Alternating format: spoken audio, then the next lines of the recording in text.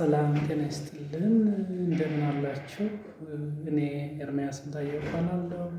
የኤርሚ ቲዩብ ይባላል። እንግዲህ ከዚህ በፊት ስራ ጀምረናል የሚል ቪዲዮ ሰርተን ነበር። ይሄ ዛሬ ሁለተኛው ቪዲዮ ነው የሚሆነው።